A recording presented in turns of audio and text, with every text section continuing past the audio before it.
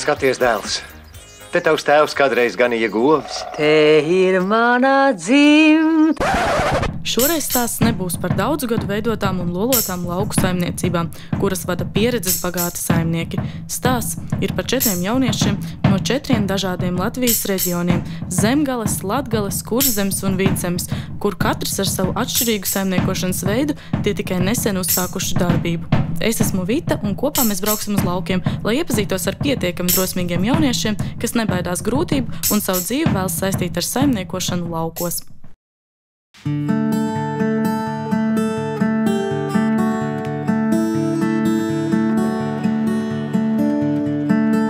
Šodien ciemojamies pie mairžotājas Ineses, kur kopā ar vīru un 3 bērniem žāvē gaļu, kūpina gaļu un piedāvā visādus gaļas izstrādājumus vietējos tirdziņos. Drīz Inese saka, ka būs arī sava mājaslapa. Mēs pie viņas ciemojamies, lai redzētu, kā viņai iet saimniecībā un ko viņa gadu laikā ir paspējuši paveikt. Atvadāties pie mums Upītē, Viļakas novadā, tas ir pie manis, pie Ineses Vatasēnas. Mums ir mazs mēržošanas uzņēmums, un mums arī, vārdu tiešām nozīmē arī viss notiek mājas apstākļos. Un kā te parasti tā tur uzliek uz nocursu, un tad arī tādas griežot, un tad te viss tā nākās, tad arī to garumu var kontrolēt, cik nu garu gribam. Bet mēs parasti, es nogriežu, tad es ar diedziņiem sasienu, man tā kaut kā ārtāk, un tad mēs žāvētavā sakaram virsū uz lokam. Lielajiem uzņēmumiem, protams, tad viņi ir daudz lielāki. Mums varbūt arī laika vajadzēs lielāku aparātu, bet pagaidām pietiek ar šo. Vienkārši varbūt biežāk jāuzpilda, bet tas arī nesagādā problēmas biežāk vienkārši, kad izspiež biežāk uzpildītu. Tā, tad sapildi iekšā un tad ar šo arī sastāvdaļas dabīgas. Ķiplociņš, ķimenes. Aizmirst, kas vēl. Sāls jau. Neliekam nekādas sēreles. Jā, tev arī.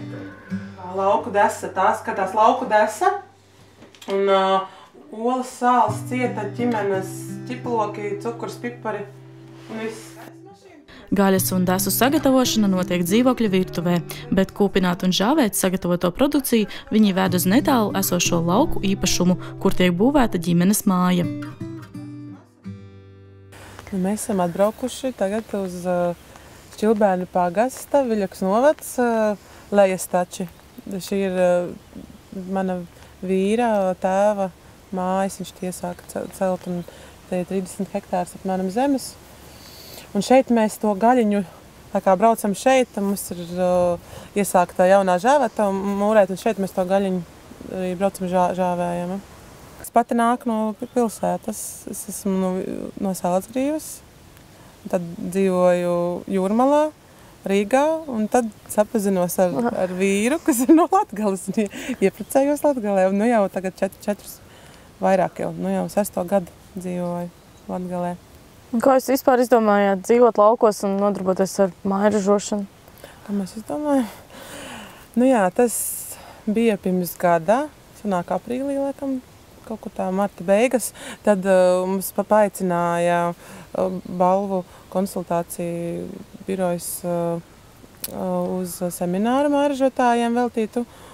Un aizbraucot uz turieni, tad mēs arī paklausījāmies, bija atbraukusi no Gulbenes viena meitene, kas sieru ražo, un laikam tā mēs tur tā sēdējām un likās, iedrošināja. Un tā kā man vīrs arī jau pirms tam, jau arī ar gaļām, viņš mājas apstākļos jau pats kaut ko eksperimentēja, taisīja, mēs paši tur tā, un viņam tas ļoti patikās, un mums tā arī tās PVD meitenes teica, arī ļoti tādas izpalīdzīgas un iedrošināja. Bet kopumā jauniešiem, ja viņiem ir idejas, viņi varbūt baidās, tad viņiem vajag iet un runāt un jautāt un skaidrot. Jā, īstenībā pašiem droši vien arī nebaidīties iet un arī izprāšņāt, un, kā saka, mums jau arī tas pats biznesa centrs balvas vai, gan jau arī katrā novadā ir kaut kādas tādas atbalsta iestādes, kur var iet un arī, kaut kāda lauka tās lauka tīkls vai, kur var iet un interesēties noteikti kādi projekti, kas aktuāls, apmeklēt seminārus, mums regulāri nāk informācija par to, kādi semināri, kur var iet apmeklēt. Es arī izgāju tos projektu vadības kursus, izgāju, tad arī varēju vispār iet uz tādiem kursiem kā uzņēmējdarbība. Nu, tad neesi, teiksim, mācījies to uzņēmējdarbību, tad var uz kursiem arī aiziet, uz tādiem semināriem paklausīties. Tad arī visu stāstu informāciju iegūt. Jūs stāstījāt, ka tagad ir ģimene plānojat no dzīvokļa nākt dzīvot šeit lauku mājās.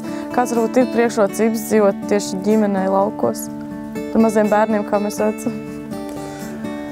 Nu, priekšrocības, jā, kad svaigais gaiss, tāpat var iziet ārā, kā saka, tu vari no rīta izspiet kaut tā ķībiņās ārā zālītē, pat arī, ja tev savus dārziņus, tur var arī aizskriet pēc zaļumiem, pats izaudzēt savus burkānus, kartupeļus. Ja vēl pašiem būs arī savas vistiņas un pīles zosis, tad arī bērni redzēs arī visu to lauku vidi, dabu un arī iemācīsies to darbiņu arī.